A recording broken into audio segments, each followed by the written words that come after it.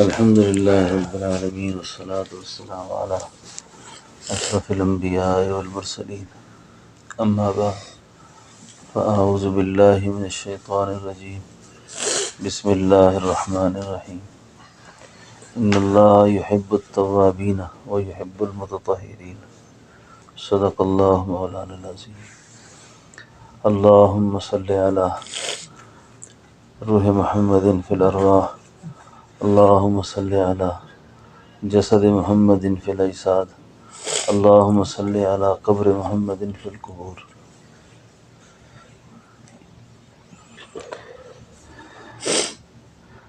آج جمعۃ المبارک 4 رمضان المبارک 1444 ہجری، مکہ مکرمہ اللہ رب العالمین نے ہمیں اپنی یاد کے لیے جمع فرمایا، اور اس وقت یہ ہماری مجلس مکہ المکرمہ میں بیت اللہ کے جوار میں ام القریٰ میں، اس کو ام القریٰ بھی کہتے ہیں، ساری قریوں کی، ساری بستیوں کی ماں، اس میں اللہ نے جمع کیا، جہاں ساری دنیا کے مسلمان کھچے کھچے آتے ہیں، اور ہر وقت اللہ کے حرم میں دنیا کے ہر کونے کا ہر شخص موجود رہتا ہے۔ تو رمضان المبارک کی مبارک ساتھوں میں اللہ نے ہمیں حرم میں جمع فرمایا۔ مجلس مراقبہ کے بعد ایک آیت مبارکہ میں 2 چیزوں کا بیان ہے، ایک بار بار توبہ کرنے والے اور ایک طہارت رکھنے والے، یعنی جس آدمی سے گناہ ہوتا ہے اور وہ توبہ کرتا ہے، وہ شخص اللہ کو بہت محبوب ہے، پھر گناہ ہو جائے پھر توبہ کر لے۔ ان اللہ یحب التوابین، بار بار توبہ کرنے والا، بار بار توبہ کرنے والا اللہ کو بہت پیارا ہے۔ نفس و شیطان کی بندہ مومن کے ساتھ جو چال ہوتی ہے وہ یہ ہوتی ہے کہ اس کے سامنے اس کی زندگی کے اس باب کو لاتا ہے کہ تو بہت گناہ گار ہے اور تیری توبہ قبول نہیں ہے۔ شیخ ابوالعطا اسکندری رحمۃ اللہ علیہ اسکندریہ کے اندر بہت بڑے شیخ گزرے ہیں، وہ فرماتے ہیں کہ شیطان کے اس دعوے میں جو شخص آ جائے کہ تیری توبہ قبول نہیں ہے اور تیری اصلاح ممکن نہیں ہے،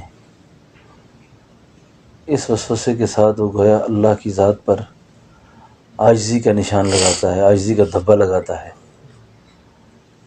کہ اللہ تعالیٰ فرماتے ہیں ان اللہ علی کل شیء قدیر، اور یہاں فرمایا ان اللہ یحب التوابین و یحب المتطہرین۔ یہ جو توبہ کرنی ہے بار بار، یعنی صبح سے لے کے رات تک، رات سے لے کے صبح تک، کہیں زبان پھسلتی ہے، کہیں کان پھسلتے ہیں، کہیں ہاتھ پھسلتے ہیں، کہیں آنکھ پھسلتی ہے، مختلف اعضاء و جوارح اللہ کی نافرمانیوں میں پھنس جاتے ہیں۔ اور یہ شخص توبہ کرتا ہے تو یہ توبہ کرنے کے ساتھ ہی اللہ کا محبوب ہو جاتا ہے، اور کتنی بار توبہ کرے، کتنے گناہوں کے بعد معافی مانگے، اگر دن میں 1000 بار توبہ کر کے توڑ دیے نا،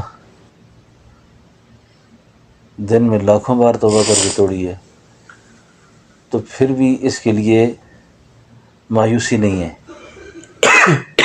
مایوسی نہیں ہے۔ یہ جو لا تقنطوا کا نشتر ہے نا، یہ نفس و شیطان کو ہر وقت چبو کے رکھنا ہے۔ لا تقنطوا کا جو نشتر ہے یہ ہر وقت شیطان کو چبونا ہے اور مایوس نہیں ہونا، کیونکہ اس وقت جس دنیا کے ماحول میں ہم رہ رہے ہیں نا، اس وقت خود اپنے آپ کو سہارا دینے کے ساتھ ساتھ امت کو سہارا دینے کی بڑی ضرورت ہے، کہ کہیں اس وسوسے میں آ کر لوگ الحاد کی طرف نہ چلے جائیں، لوگ بے دین نہ ہو جائیں، دین سے دور نہ ہو جائیں۔ میں تو ایسے بھی گناہ گار آدمی ہوں، چل 99 قتل پہلے کیے ہیں، ایک اور کر لیتے ہیں، 100 غلطیاں پہلے کی ہیں، ایک اور کر لیتے ہیں، کیا ہوتا ہے؟ جب میرے مقدر میں آئی غلطیاں ہیں، میرے مقدر میں ہیں خطائیں، تو کرتے رہو، اس سے مایوس نہیں ہونا۔ لا تقنطوا من رحمت اللہ، اللہ کی رحمت سے مایوس نہیں ہونا۔ قرآن کریم میں آتا ہے نا کہ جہنم جو ہے نا، اللہ سے جب درخواست کرے گی نا کہ میرے اندر اور لوگوں کو بھیجو، حل من مزید، حل من مزید، تو ایک شاعر، ایک اللہ والے نے بڑی عجیب بات کہی، بہت عجیب بات کی، کہ جہنم اگر ہے وسیع تو جنت وسیع تر، جہنم اگر ہے وسیع تو جنت وسیع تر۔ لا تقنطوا جواب ہے حل من مزید کا، لا تقنطوا جواب ہے حل من مزید کا۔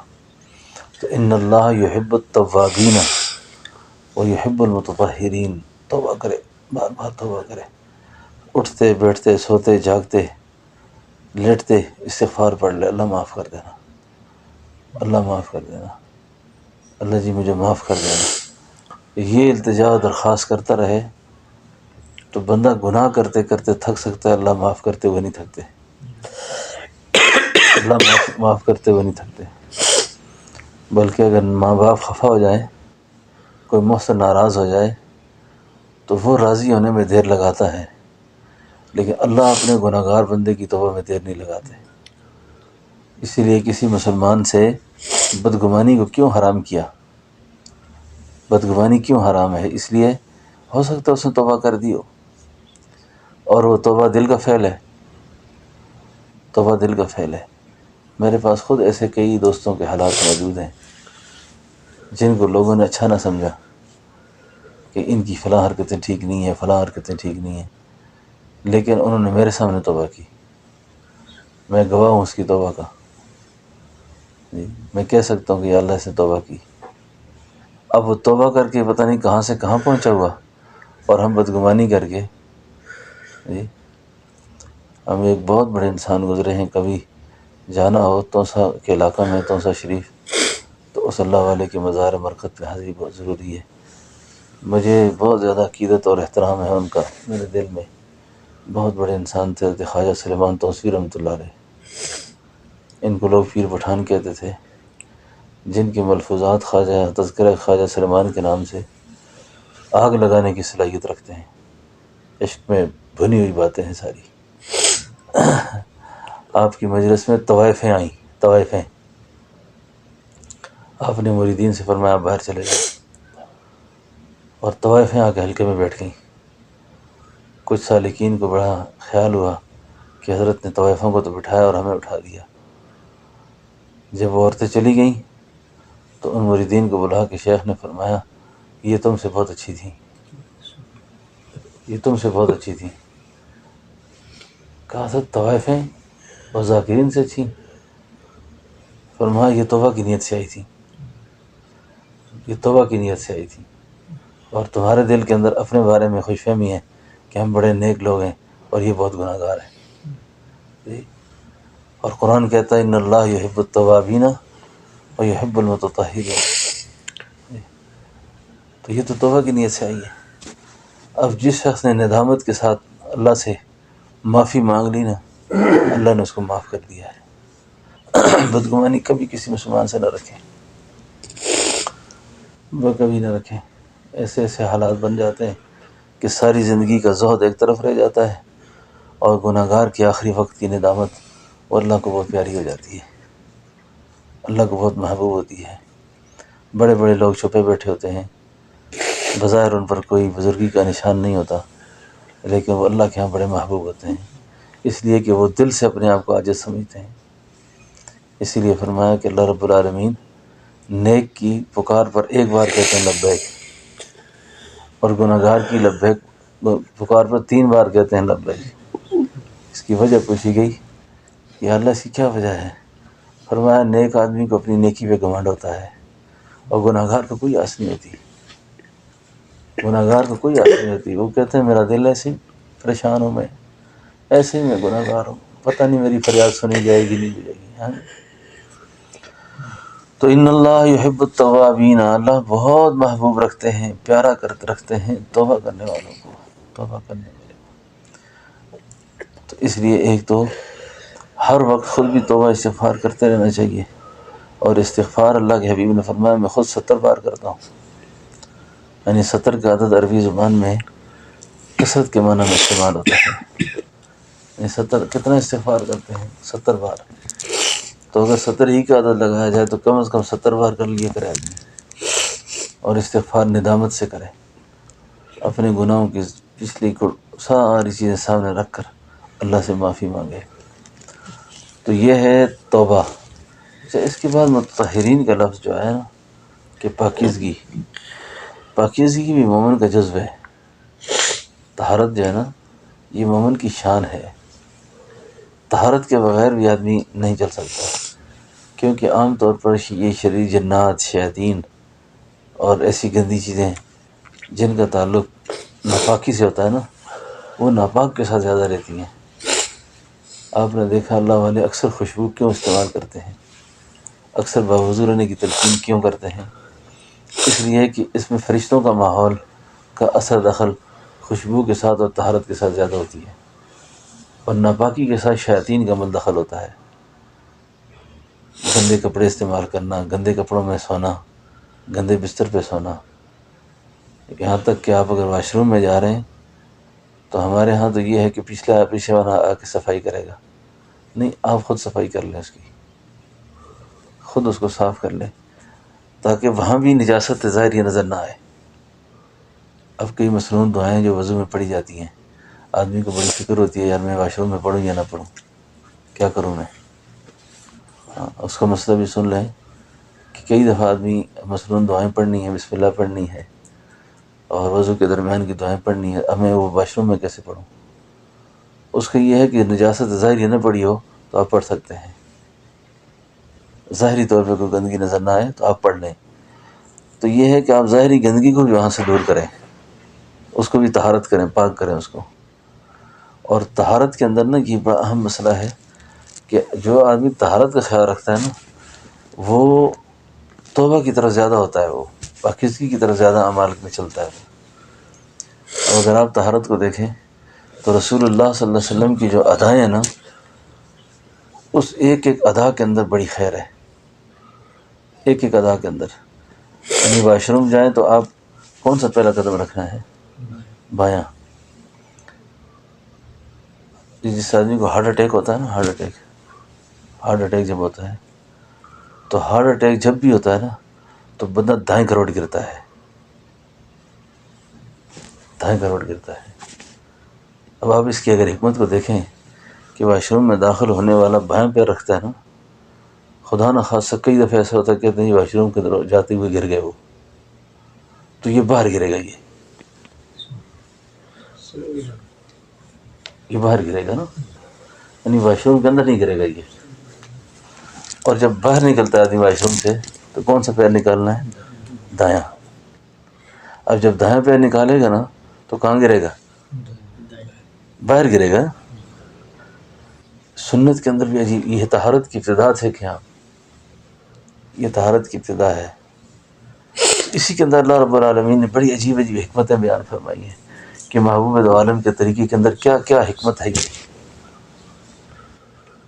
اب پانی کا ضیاع جو ہے ٹھیک نہیں ہے، پانی کا ضائع کرنا، یعنی آپ صلی اللہ علیہ وسلم کا جو پانی استعمال کرنے کا جو طریقہ تھا وہ کیا تھا جی؟ اس کو کیا کہتے ہیں؟ مد۔ اب ایک مد پانی کا استعمال کرنا، لیکن طہارت کے لیے آپ جتنا پانی بہا دیں اس سے کوئی پکڑ نہیں ہے۔ طہارت کے معنی میں جتنا پانی آپ استعمال کریں اس پہ اللہ آپ سے نہیں پوچھیں گے کہ اتنا پانی ضائع کیا اس نے۔ اور باقی یہ ہے کہ پانی کا احتیاط کرنا چاہیے۔ تو ان اللہ یحب التوابین و یحب المتطہرین۔ اب آپ حکمتوں کو اگر اس طرف جائیں نا کہ سنت کی اہمیت کتنی ہے اس میں، طہارت میں، امام ربانی حضرت مجد الثانی رحمۃ اللہ علیہ اپنے انقباض کا ذکر کرتے ہیں اپنے خط میں، اپنے مکتوب شریف میں ایک اپنی انقباض کا ذکر کیا۔ کئی دفعہ آدمی انقباض طاری ہو جاتا ہے۔ پھر انقباض پہ دو قسموں پہ ہے، ایک انقباض شیطانی ہوتا ہے اور ایک انقباض رحمانی ہوتا ہے۔ انقباض شیطانی کی علامت یہ ہوتی ہے کہ آدمی کو افسوس نہیں ہوتا، احساس نہیں ہوتا، پکی مور لگی ہوتی ہے۔ اور انقباض رحمانی کی علامت یہ ہے کہ آدمی کو افسوس ہوتا ہے کہ اللہ ایسا کیوں ہو رہا ہے، ایسا کیوں ہو رہا ہے۔ ٹھیک ٹھاک میں جانتا ہوں کہ بد نظری غلط کام ہے، پھر بھی ہو جاتی ہے۔ ٹھیک ٹھاک میں جانتا ہوں بے نمازی اچھی چیز نہیں ہے، پھر بھی ہو جاتی ہے۔ ٹھیک ٹھاک میں جانتا ہوں حرام خوری یا حرام کاری یہ چیزیں اچھی باتیں نہیں ہیں، یہ میرے لیے مناسب نہیں ہیں، پھر بھی ہو جاتی ہیں۔ یہ ہے انقباض شیطانی، انقباض رحمانی کی اثرت موجود ہے، ندامت موجود ہے۔ حضرت مجدد فرماتے ہیں کہ مجھ پر ایک ایسی کیفیت طاری ہو گئی، بہت پریشان تھا کہ ایسی کیفیت کیوں طاری ہے کہ اعمال کرتے ہوئے بہت زور لگانا پڑ رہا ہے، نماز مشقت سے پڑھنی پڑتی ہے، نیکیاں تو ہو رہی ہیں پر مشقت سے ہوتی ہیں۔ یہ انقباض رحمانی کے اندر تو بہت بہت فکر کے بعد، بہت غم کے بعد ایک دن رہنمائی ہوئی کہ آپ پر یہ حالت اس وجہ سے ہے کہ آپ بیت الخلاء جب داخل ہوئے تھے تو آپ نے سنت کا خیال نہیں کیا، آپ نے سنت کا خیال نہیں کیا۔ تو آپ کو پتہ ہے کہ طہارت میں کیا کرنا چاہیے کہ جب بیت الخلاء داخل ہو تو بایاں پیر اندر رکھے۔ اب حسنات الابرار سیئات المقربین اسی کو کہا جاتا ہے کہ آپ نے یہ کام ٹھیک نہیں کیا تھا۔ اب اسی لیے تصوف کا اعلیٰ درجہ چلے نہیں ہیں، ریاستیں نہیں ہیں۔ تصوف کا سب سے اعلیٰ درجہ یہ اتباع سنت ہے، یہ اتباع سنت ہے کہ یہ چیز نصیب ہو جائے کہ میں بیت الخلاء داخل ہوا تھا تو کیسے ہوا، نکلا تھا تو کیسے، اب بیت الخلاء کے اندر جا کر میں نے طہارت کو کیسے حاصل کیا۔ کئی لوگوں کو ایک بیماری کا ذکر بھی کر دوں میں، یہ جو پیشاب خشک کرنے کا جو مسئلہ ہے اس میں بعض لوگ وساوس کا شکار ہوتے ہیں۔ کسی وسوسے کا شکار نہیں ہونا چاہیے، وسوسے کا شکار نہیں ہونا چاہیے اس میں کہ جی پتہ نہیں یہ خشک ہوا ہے یا نہیں ہوا۔ کئی لوگ بار بار چیک کرتے رہتے ہیں۔ نفس کی مثال فقہا نے لکھی ہے بکری کے تھن کے ساتھ، جتنا اس کو دبائیں گے اس نہ کچھ نکلے گا اس سے۔ اس پریشانی میں نہیں پڑنا چاہیے، اس پریشانی میں نہیں پڑنا چاہیے کہ پتہ نہیں طہارت ہوئی ہے یا نہیں ہوئی، پتہ نہیں طہارت، یہ وسوسے پیدا کرتی ہے۔ اور جس آدمی کو وسوسے کا مسئلہ ہو جائے نا، ایک بزرگ کہتے تھے جب وسوسہ تنگ کرے نا اس کو کہو آستم گر ہنر آزما، آستم گر تو تیر آزما میں جگر آزماؤں، تو اپنا زور لگا میں اپنا لگا، وہ نہیں مانتا تجھے، میں بھونکتا رہے جتنا مرضی بھونک۔ وسوسے کی مثال ہے کتے جیسی، کتا جس طرح بھونکتا ہے نا تو مسافر کا کام ہے کتے کو نہ دیکھے اپنی راہ لے۔ تو اس طرح بھی بعض اوقات نا طہارت کے مسائل میں بہت سائیکو ہو جاتے ہیں لوگ۔ خود ہمارے ساتھ ایک ساتھی سفر میں جماعت میں تھا تو مجھے اچھی طرح یاد ہے ایک صاف شفاف پاک لوٹا، اصل میں واش روم نہیں تھے اور اس طرح نظام، وہ صاف لوٹا ساتھی اس میں ڈالتے تھے اور پانی لے کے دوسرے لوٹے میں ڈالتے، وہ دیکھ رہا تھا۔ مجھے پتہ یہ سائیکو بھی مسئلہ کھڑا کرے گا۔ وہ جناب جب تک وہ مسجد میں 3-4 دن رہے وضو کرنے کے لیے سمجھے آدھا پونا گھنٹہ دور جاتا تھا کسی جگہ، کہتے یہ پانی نہ پاک ہے، کیوں نہ پاک ہے، اس میں لوٹا ڈالا گیا ہے۔ اب اس طرح کے مسائل میں نا بعض اوقات آدمی ذہنی مریض ہو جاتا ہے، یعنی اس کا بھی بہت زیادہ خیال رکھنا چاہیے۔ شریعت کے مسائل میں علماء کا اتباع کرنا چاہیے، اہل علم کی بات کو ماننا چاہیے، بات سمجھے نا۔ تو ان اللہ یحب التوابین و یحب المتطہرین، یہ اب طہارت کی بات ہو رہی ہے۔ تو طہارت کے اندر ایک تو یہ ہے نا کہ بعض لوگ بالکل خیال نہیں کرتے، جیسے واش روم میں گئے پتہ نہیں اسی لمحے واپس آ جاتے ہیں۔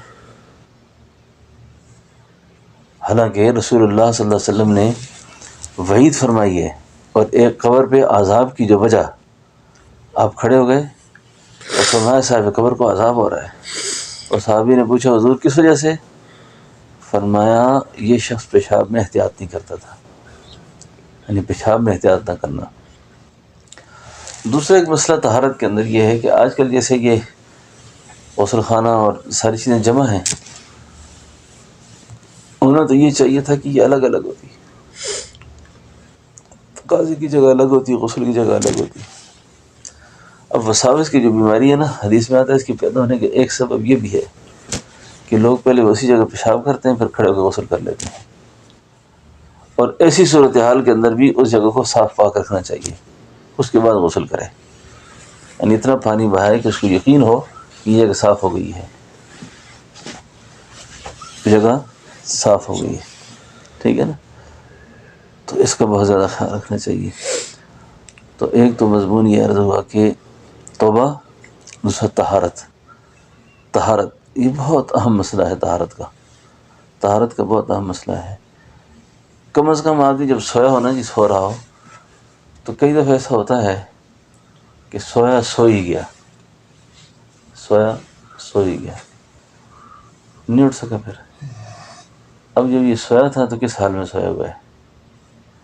یہ جو غسل کے جو مسائل ہیں نا، کہ شادی شدہ لوگ غسل جو ہے نا وہ فجر کی نماز سے پہلے کر لیں، فجر کی نماز سے پہلے، یہ مسئلہ ہے، فقہاء نے سے بیان کیا ہے کیسے کرے،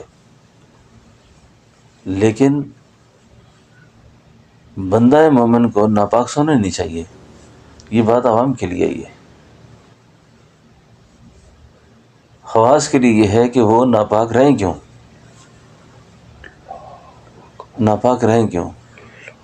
اب موت کو تو کوئی پتہ نہیں کس حال میں آئے گی جی، اور کب آئے گی۔ کم از کم جس وقت ہماری روح پرواز کر رہی ہو اس وقت ہم ناپاک نہ ہوں، اس وقت ہمارے پاس طہارت ہو، اور طہارت کے وقت باوضو ہوتا ہے آدمی نا، اس کے شیاطین کا آنا جانا کم ہوتا ہے، اس وقت فرشتوں کا ماحول ہوتا ہے۔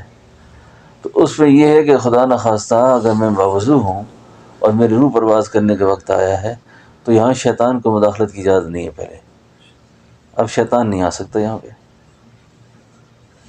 تو عورتوں کو بھی نا اپنے گھروں کے اندر بھی اس کی بہت تلقین کیا کریں۔ یہ عام طور پہ گھروں کے اندر اس وقت ذہنی بیماریاں پیدا ہو گئی ہیں، عورتیں چڑچڑی ہو گئی ہیں، لڑائیاں کرتی ہیں، گھروں میں فتنہ فساد ہوتا ہے۔ اس کی بنیادی وجوہات کے اندر بھی نا بچوں کے پیمپر پڑے ہوئے، ناپاک کپڑے پڑے ہوئے، اور حیض اور نفاس کی حالت کے گندے کپڑے وہاں رکھے ہوئے جی، اس کا بھی طہارت کا خیال نہیں ہوتا۔ عورتوں کے بال وہاں پڑے رہتے ہیں جی، اور اسی طریقے سے عورتوں کے کپڑے وہاں رکھے رہتے ہیں، مرد کا ٹراؤزر وہاں لٹکا رہتا ہے، سلواریں وہاں لٹکی رہتی ہیں، جبکہ اولیاء اللہ کے تجربات اور مشاہدات میں یہ بات ہے کہ جو کپڑا بیت الخلاء میں تھوڑا سا وقت گزار لے، تھوڑا سا وقت، آدھا گھنٹہ 20 منٹ بھی، اس کو بھی اس وقت تک استعمال نہ کریں جب تک کہ وہ 36 گھنٹے باہر کے ماحول میں نہ رہے۔ 36 گھنٹے اس کو تک کم از کم باہر کا ماحول چاہیے، کیونکہ وہاں پر یہ شریر جنات کی جگہ جو ہے نا، شیاطین کی جگہ، یہ گندی جگہ ہوتی ہے، بیت الخلاء ہوتے ہیں۔ اور آپ جب طہارت کے اندر نا اس بات کا خیال رکھتے ہیں کہ آپ نے بایاں پیر اندر رکھا، دعا پڑھی اللہم انی اعوذ بک من الخبث اب خبیث جنیاں یہ وہاں ہوتی ہیں، اب باہر نکلو جناب مزاج بگڑے ہوئے ہیں۔ اب ان لوگ چیزوں کا وہاں بسیرا ہے، وہاں پر سید حضرت ابو قتادہ رضی اللہ عنہ کو جنہوں نے مارا تھا وہاں پر بیت الخلاء میں، مارا ان کو۔ تو اس لیے اگر پردہ ایمان والوں کی فطرت ہے نا، یہ بڑی خاص بات بتاؤں، آپ مجھ سے پردہ کر سکتے ہیں، میں آپ سے پردہ کر سکتا ہوں۔ ایک مخلوق اللہ کی ایسی ہے جو اس سے بے نیاز ہے، مثلا جن ہمیں دیکھ سکتے ہیں، اور ایسی مخلوقات میں ایسی چیزیں ہیں جو ہماری پرداری کو متاثر کر سکتے ہیں۔ اب آپ بیت الخلاء میں ننگے وجود ہیں، آپ طہارت لینے گئے ہیں، اب آپ کو پردہ چاہیے نا ایک مخلوق سے، تو جو ہی آپ نے بایاں پیر اندر رکھا، دعا پڑھی، وہ بھاگ گئے وہاں سے، آپ پردے میں آ گئے۔ اب وہ کس کے ساتھ چمٹے، کس کو پکڑیں، کس کو تنگ کریں؟ آپ کو یہ بات اعلان ہے اس بات کا کہ شدید سے شدید ڈپریشن کا مریض، ذہنی مریض، کسی اور پریشانی میں پھنسا ہوا، اب جس وقت اس کو شریر جنوں سے پردہ شروع ہو جائے گا۔ اب یہ لوگ کہتے ہیں جی کمرے میں جن محسوس ہوتے ہیں، بالکل وہ آپ کی پرداری متاثر کر سکتے ہیں، لیکن آپ نے جو ہی دروازہ بسم اللہ شریف پڑھ کے بند کیا ہے، بسم اللہ پڑھی ہے، اب ان کا دخل ہی ختم ہو گیا۔ پھر آپ اپنے ماحول کو دیکھیں کہ اگر آپ کے گھر میں پردہ ہے، دین ہے، اللہ کے نبی کے طریقے ہیں، تو آپ کے گھر کے اندر بے دین مخلوقات داخل ہی نہیں ہو سکتی۔ آپ کے ہم نشین بھی نیک لوگ ہوں گے اس مخلوقات میں سے بھی، ٹھیک ہے نا۔ تو طہارت کے اندر یہ مسئلہ عورتوں کو بہت زیادہ سمجھانے والا ہے، بہت زیادہ تاکید سے سمجھانے والا ہے کہ کم از کم اپنے کپڑے واش روم میں نہ لٹکائیں اور بال نہ رکھیں وہاں پر، جی، اور اپنا جو محسوس لباس ہے اس کو بھی دھو کے وہاں نہ رکھیں، لٹکائیں، اس کے لیے بھی باہر سے الگ سے جگہ۔ اس سے طہارت بھی نصیب ہوتی ہے اور شریر جنات کے، شیاطین کے فتنوں سے، حملوں سے بندہ محفوظ رہتا ہے۔ تو طہارت اس کے اندر بنیادی چیز ہے، طہارت بنیادی چیز ہے۔ تو اللہ تعالیٰ سے دعا بھی کریں کہ اللہ یہ چیزیں ہمیں نصیب کرے۔ اور آنے والے وقت کے جو ہے نا بڑا عجیب ماحول بنتا جا رہا ہے، اپنے گھروں کے ماحول میں اپنے بچوں کو بھی طہارت کی طرف لائیں، پاکیزگی کی باتیں کریں، کہ ناپاکی کی مذمت بیان کریں۔ اور آپ اپنے گھر کے ماحول کے اندر اگر آپ چیز کا خیال رکھتے ہیں نا آدمی، تو آپ اس کو آسان مثال ہے، جیسے آپ یہ کمرہ ہے، یہ باہر لاؤنج ہے، اگر یہاں ڈسٹ بن نہ پڑا ہو، الگ سے کچرا سنبھالنے کی جگہ نہ ہو، ایسے بکھرا پڑا رہے گا تو کیا ہوگا؟ اس پہ مکھیاں بیٹھیں گی، مچھر آئیں گے، اس پہ گند بنا ہوگا نا۔ اب یہاں آپ نے کیاری لگائی ہے، اس میں پھول لگائے ہوئے ہیں، آپ سنوار کے رکھتے ہیں اس کو، تو وہاں کیا آئے گا؟ بلبل آئے گی، جی۔ تو آسان بات ہے سمجھنے کی، جیسا ماحول بنائیں گے ویسا ہوگا۔ طہارت کا خیال رکھیں گے تو طہارت ہوگی، گندگی والے کام ہوں گے تو گندا ماحول ہو جائے گا۔ اس وقت کی نئی آنے والے جو لوگ ہیں نا، نئے جوڑے شادی شدہ، شادی کے بعد ایک دوسرے کو کھا رہے ہیں، ایک دوسرے کو کھانے پہ آئے ہوئے ہیں، مرنے مارنے پہ آئے ہوئے ہیں، طلاق پر آئے ہوئے ہیں، جدائیوں پہ آئے ہوئے ہیں، اور اس کی بنیادی وجہ یہ ہے۔ تو اللہ رب العالمین سے ہم بھی توبہ کریں اور احباب کو بھی اسی بات پہ لائیں، اور خاص طور پر رمضان شریف کے اندر یہ جو عشرہ ہے، اس کا کیا نام ہے؟ مغفرت، رحمت کا۔ رب ارحمہما، رب اغفر وارحمہما کما کیا وانت خیر الراحمین، ٹھیک ہے نا۔ اور اس طریقے سے استغفار، اسی طریقے سے ندامت۔ ایک دعا ہے مجھے آج بھی یاد آئی تھی، اگر کسی ساتھی کو یاد ہو جائے تو اس دعا کو پڑھنا چاہیے۔ وہ دعا یہ ہے کہ اللہ کے حبیب صلی اللہ علیہ وسلم سیدنا ابوبکر صدیق رضی اللہ عنہ فرماتے تھے کہ آپ تہجد کی نماز میں سجدے میں پڑھا کرتے تھے، آپ تہجد کی نماز میں سجدے میں پڑھتے تھے،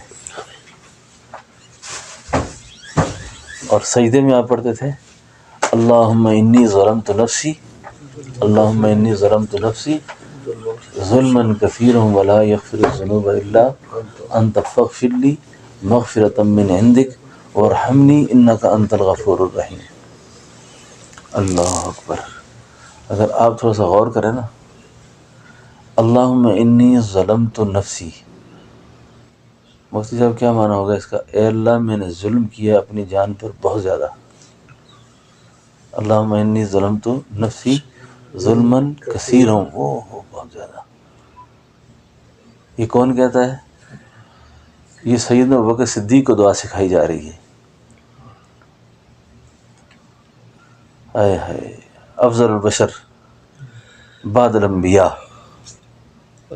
اللہ اکبر، جس نے حضور کی زندگی میں 17 نمازیں مصلی پہ کھڑے بھی پڑھائیں، جی، جس کو اللہ کے سلام آئے، جس کے مال کا تذکرہ قرآن میں آیا، جس کی صحابیت قرآن سے ثابت ہے، اور خدا مخاطب ہو کے کہتا ہے کہ اذ اخرجہ الذین کفروا ثانی اثنین اذ ہما فی الغار اذ یقول لصاحبہ لا تحزن ان اللہ معنا، جس کو اللہ اپنی معیت کا خود پیغام سنا رہے ہیں کہ میں ساتھ ہوں، معیت دائمی اس کو نصیب ہے، اور اس کو دعا سکھائی جاتی ہے ابوبکر یہ پڑھا کر اللہم انی ظلمت نفسی، اللہم انی ظلمت نفسی، اللہم انی ظلمت نفسی ظلما کثیرا ولا یغفر الذنوب الا انت فاغفر لی مغفرۃ من عندک وارحمنی انک انت الغفور الرحیم. فرمایا اس دعا سجدے کے لیے سکھلائی گئی کہ سجدے میں اس دعا کو پڑھا کریں. ابوبکر صدیق رضی اللہ عنہ اس دعا کو پڑھتے ہیں، اس دعا کو پڑھتے ہیں اللہم انی ظلمت نفسی، اللہ میں نے اپنی جان پہ بڑا ظلم کر لیا ہے، اللہ میں نے اپنی جان پہ بڑا ظلم کر لیا ہے. تو اس دعا کو بھی یاد کر لینا چاہیے، اور خاص طور پر ان مبارک دنوں میں جو ہمارے حرم میں گزر رہے ہیں. حرم میں کعبہ کے اندر کی نماز اور یہاں کی نماز کے ثواب میں کوئی کمی نہیں ہے. یہ ہوٹل بھی اللہ کے حرم میں ہے. ابھی باہر جو مشکلات کھڑی ہو گئی ہیں نا، سفر کی، آنے جانے کی، تراویح پڑھنے کی، اس میں باہر یکسوئی بھی نہیں اتنی زیادہ ہو رہی. کیا خیال ہے آپ کا؟ تو اس لیے اس پہ پریشانی کی ضرورت نہیں ہے. میں آپ کو ایک قصہ سناؤں بڑا عجیب. ہمارے قریب زمانے کی تاریخ میں ایک بہت بڑا انسان گزرا ہے، بڑے علماء کے پیر، سید الطائفہ حضرت حاجی امداد اللہ مہاجر مکی رحمۃ اللہ علیہ، جنت بکی کے جنت مالا کے قبرستان میں آرام فرما ہے. وہ جب مکہ مکرمہ میں رہتے تھے تو ایک عالم دین اس زمانے کے حرم میں آتے تھے. چند دن وہ حرم شریف میں نماز میں نظر نہ آئے تو حضرت نے پوچھا کہ وہ فلاں صاحب ہوتے تھے، نماز میں نظر نہیں آتے. کسی نے کہا حضرت وہ اپنے مکان میں رہتے ہیں، ہوٹل میں، وہ بیمار ہیں. تو حضرت عیادت کے لیے آئے تو پوچھا کیا ہوا حضرت آپ کو؟ فرمایا میری ٹانگ ٹوٹ گئی ہے. اچھا، حضرت نے عیادت کی تو اس کے بعد خیریت دریافت کی. اس نے کہا، پوچھا حضرت کیا حال ہے؟ انہوں نے کہا حضرت کیا حال ہے، کوئی حال نہیں ہے، حرم میں آ کے بھی دیکھے حرم میں نماز نہیں پڑھ سکتا جا کے. یہ ان بزرگوں نے بات کی. حاجی صاحب رحمۃ اللہ علیہ مجلس سے اٹھے، اپنے مریدین سے فرمایا یہ شخص عارف نہیں ہے، اس آدمی کو ابھی تک معرفت کی ہوا بھی نہیں لگی. حضرت کیسے؟ فرمایا اس نے کہا ہے کہ میں حرم میں آ کے حرم میں نماز نہیں پڑھ سکتا جا کے. اس نے کہا یہ کوئی معمولی شرف ہے کہ یہ ابھی بھی حرم میں رہ رہا ہے؟ یہ معمولی شرف ہے کہ زمین کے اس حصے میں رہتا ہے جس کو اللہ نے اپنا حرم بنایا ہے. اور مکہ مکرمہ تمام نبیوں کے سردار کی پیدائش ہے. یہاں پر مکہ مکرمہ اس میں بیت اللہ ہے. مکہ مکرمہ جہاں پہ تمام انبیاء تشریف لائے. مکہ مکرمہ جہاں پہ اللہ نے اس گھر کو اپنے لیے پسند فرمایا، جگہ کو وادی غیر عزیزہ کو، ام القریٰ کہا ہے اس کو. اور جہاں بیت اللہ کو تعمیر کروایا گیا، جی، یہ تو پتھر، یہ فضا، یہ مٹی، یہ ہوا، یہ تو بہت بڑی گواہیاں دے گی کہ اس فضا نے بڑے بڑے لوگ دیکھے ہیں. اس فضا نے بڑے بڑے لوگ دیکھے ہیں. ہالینڈ کو خوبصورت بنایا، سوات کو، جاپان کو، وہ بڑی بڑی چیزیں، لیکن قسم نہیں اٹھائی کسی جگہ کو بنا کر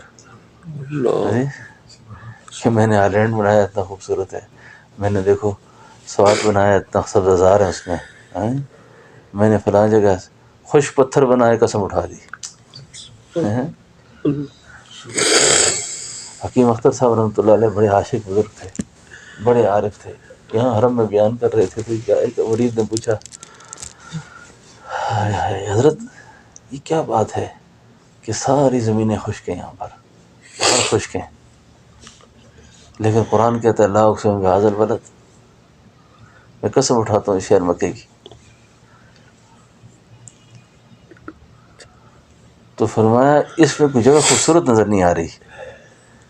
فرمایا اس کے اندر ایک خانہ کعبہ ہی ایسا رکھا ہے اللہ نے، اس کالے کوٹھے کے اندر اتنی کشش رکھی ہے کہ اس کالے غلاف کو دیکھ کر، اس کالی جگہ کو دیکھ کر آدمی کا دل کھچا جاتا ہے، اور باہر کوئی ایسا منظر نہیں ہے تاکہ کوئی بندہ یہاں کا یہ نہ کہے چلو وہ جگہ خوبصورت ہے زیادہ دیکھ کے آتے ہیں اس کو. ہاں چلو اس کو دیکھ آتے ہیں وہ زیادہ خوبصورت ہے. نہیں، وہ کہتے یہ کعبے کی طرح وہ جگہ ہی کوئی نہیں ہے، اس سے عالی اور خوبصورت جگہ اور ہے ہی کوئی نہیں. ہاں جی. تو یہ خود ایک بہت بڑا شرف ہے کہ آدمی حرم میں آ جائے.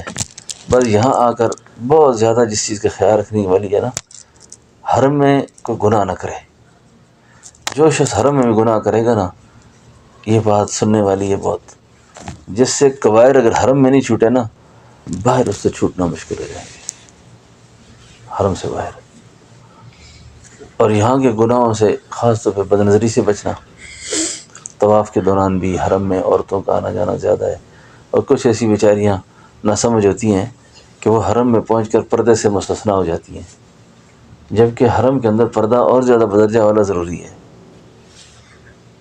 اس لیے عورتوں کے لیے حرم کے اندر بھی مسئلہ یہی ہے کہ وہ حرم کی نماز میں نہ جائیں، وہ اپنے مکان پہ نماز پڑھیں، وہ اپنے کمرے میں بس عمرہ کریں، طواف کریں، باقی نمازیں وہ اپنے مکان پہ پڑھیں، ان کے ثواب میں کمی نہیں آئے گی.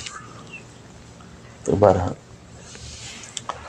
دو باتیں عرض کر دیں، ایک توبہ اور دوسرا طہارت. اللہ اس کو قبول فرما لے. اللہ رب العالمین اپنے فضل متوجہ فرمائے. الحمدللہ رب العالمین والصلاة والسلام علی اشرف الانبیاء والمرسلین. ربنا آتنا فی الدنیا حسنہ وفی الآخرۃ حسنہ وقنا عذاب النار. اے اللہ جی ہمارے گناہوں کو معاف فرما، اللہ ہماری خطاؤں سے درگزر فرما، اللہ ہماری پریشانیاں دور فرما، مشکلات کو آسان فرما، تنگ دستیاں دور فرما، قرض مرض دور فرما، علت سے بچا، ذلت بری موت سے بچا، برے انجام سے بچا، خاتمہ بے خیر ایمان پہ فرما. یا اللہ اس سارے مجمع کو طائب بھی بنا، پاکیزہ بھی کر دے. ان کو اللہ ان کو طہارت بھی نصیب فرما، ان کی توبہ بھی قبول فرما، ان سب کو اپنا مقرب ولی بنا. اللہ ان کو اپنا مقرب ولی بنا. اللہ دین دنیا کی برکتیں نصیب فرما، وسعت نصیب فرما. اللہ ان سب کو کامیاب فرما، ان کے بچوں کو کامیاب فرما، اہل خانہ کو کامیاب فرما. یا اللہ اپنے خاص فضل و کرم سے ساری جماعت کی اللہ حفاظت فرما، فتنہ دجال و نفس سے، شیاطین سے، شریر جنات سے، جادو سے، نظر سے، حسد سے. اللہ ہم سب کو، ہمارے بچوں کو، اور اولاد کو محفوظ فرما، قیامت تک آنے والی نسلوں کو محفوظ فرما. اللہ ہماری زندگی میں برکتیں نصیب فرما، اللہ ہماری زندگی برکتیں نصیب فرما. یا اللہ تیرے حرم میں آئے بیٹھے ہیں یا اللہ، تو اسے اسلام مانگتے ہیں یا اللہ، تیرے آگے توبہ کرتے ہیں یا اللہ. ہم کتنے مجبور ہیں، کتنے مختار ہیں اپنے نفس پر، کہ تجھے پتہ ہے یا اللہ. ہم آخرت میں عذاب نہیں دیکھنا چاہتے یا اللہ، قبر کی سختیاں نہیں دیکھنا چاہتے یا اللہ، میدان معاشر کی رسوائی نہیں دیکھنا چاہتے. اللہ تو ہمیں معاف کر دے، اللہ معاف کر دے، اللہ تو معاف کر دے، اللہ تو معاف کر دے. ان ساتھیوں کو، ہم سب کو اللہ معاف کر دے. جن دوستوں نے دعاؤں کا کہا لکھا، ہم سے دعا کی امید رکھی، اللہ یہ دعائیں سب کے حق میں قبول فرما دے. جمعۃ المبارک کی برکات و سعادتیں اللہ نصیب فرما دے. وصلی اللہ تعالیٰ علی خیر. حرم کس وقت جایا جائے جی؟